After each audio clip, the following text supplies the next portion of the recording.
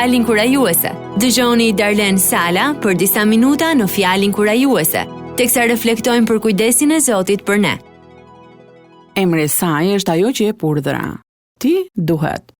Edhe vjen shpesh për të prishur qetësinë në mendjen tuaj, veçanërisht pas ndonjë ngjarje të rëndësishme. Lejoni t'ua shpjegoj këtë. Ajo që jep urdhra. Ti duhet.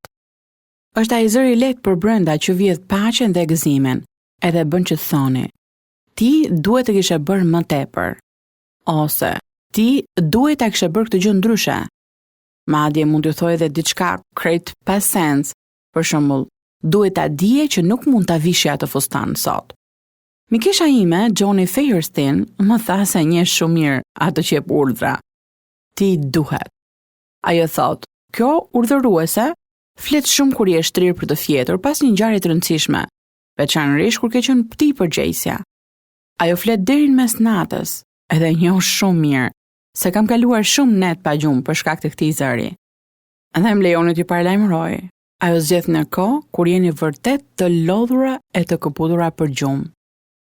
Siç e thash, një nga gjërat më të këqija është se ajo që jep urdhra, që thot gjithkohon ti duhet, na vjedh paqen, na vjedh gëzimin.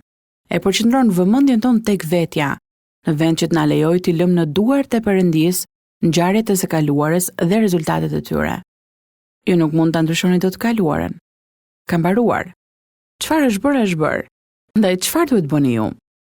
Po thjesht, unë do të ndaj përvojën time personale mbase kjo do t'ju ndihmoj. Kur më ndodh mua, kthehem tek premtimi i Perëndisë, tek Jesaia 26 të vargu 3 që thotë: mendjes që pushon tek ti i ruan një paqe të përsosur, sepse ajo ka besim tek ti. Mbase mendoni se jam eksperte për këtë gjë, po ju siguroj që nuk është e vërtetë. Gjatë gjithë kohës e vënë në zbatim të varg, duke i përqendruar mendimet e mia tek Perëndia dhe jo tek opinionet e njerëzve.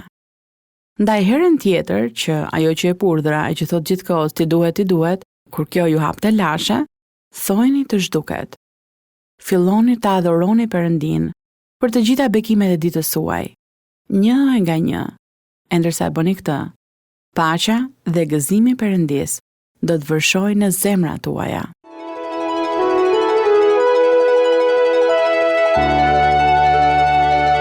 Dëgjuat fjalin kurajuese të Darlen Sala. Për më shumë informacion për këtë program, vizitoni radiovis7.net.